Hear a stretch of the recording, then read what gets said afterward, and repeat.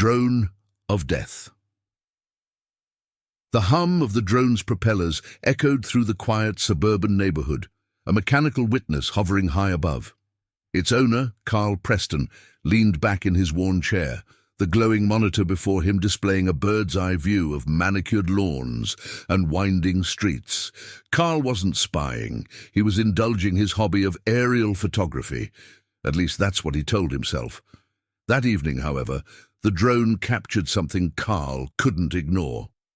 As it glided over Sycamore Lane, the camera zoomed in on a shadowy figure standing in a backyard, their movements frantic. A woman's body lay motionless at their feet. Carl's heart raced. He toggled the drone's camera to record and adjusted its position for a clearer view. The figure looked up suddenly, their face obscured by a hood, and darted out of sight. Carl brought the drone lower, adrenaline pushing him past any thought of personal safety. He followed the figure as they disappeared into the thick woods behind the house. Moments later, his screen went black. Panicked, Carl checked the controls. The drone's battery indicator flashed red. Cursing under his breath, he initiated the return to home function and prayed the footage had been saved. The next morning, Carl hurried to his computer to review the recording. The video played smoothly until the crucial moment. Just as the figure turned to run, the footage cut to static. The timestamp showed it skipped ahead by almost 30 seconds. When the video resumed, the drone was already ascending, the woods now an empty blur. Frustrated, Carl called the police. Detective Elise Garver, a no-nonsense investigator with sharp eyes, arrived within the hour. She examined the drone and listened as Carl recounted the night's events. "Missing footage," Garver mused, tapping her pen against her notebook. "Convenient for the killer." "It wasn't me," Carl protested. "The drone malfunctioned. You have to believe me." Garver nodded, her expression unreadable. "I believe you saw something. But without the missing footage, we're working with half a puzzle." They visited the house on Sycamore Lane, now marked off with police tape. The victim, identified as Leila Moreno, was a local artist known for her fiery temper and numerous feuds.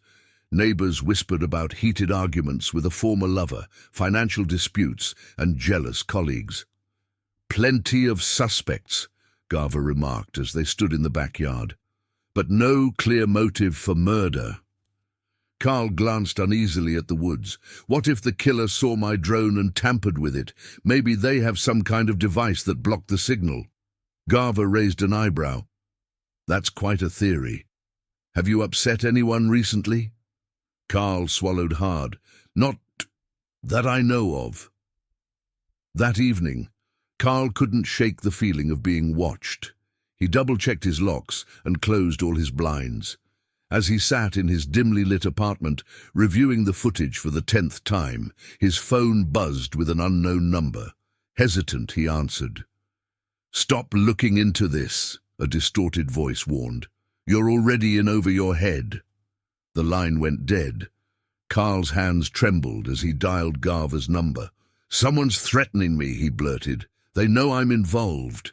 Garver's voice was steady. "Stay put. I'll send a patrol car." But Carl couldn't wait. Driven by fear and curiosity, he retrieved the drone and set out for Sycamore Lane under cover of darkness. He launched it once more, determined to retrace its path and uncover the truth. As the drone neared the woods, Carl spotted a faint glimmer of light, a flashlight beam slicing through the darkness. He adjusted the drone's altitude and activated its night vision. The camera revealed a figure digging frantically in the ground. "Got you," Carl whispered, hitting record. This time the drone's feed held steady. He watched as the figure unearthed a small box and began to flee. Carl directed the drone to follow, but the figure's pace was relentless. Suddenly, the flashlight beam vanished, and the screen went black once more. Carl stared in disbelief. Seconds later, his phone buzzed. A single text message appeared. "Stop while you still can." The mystery of Leila Moreno's death was far from over.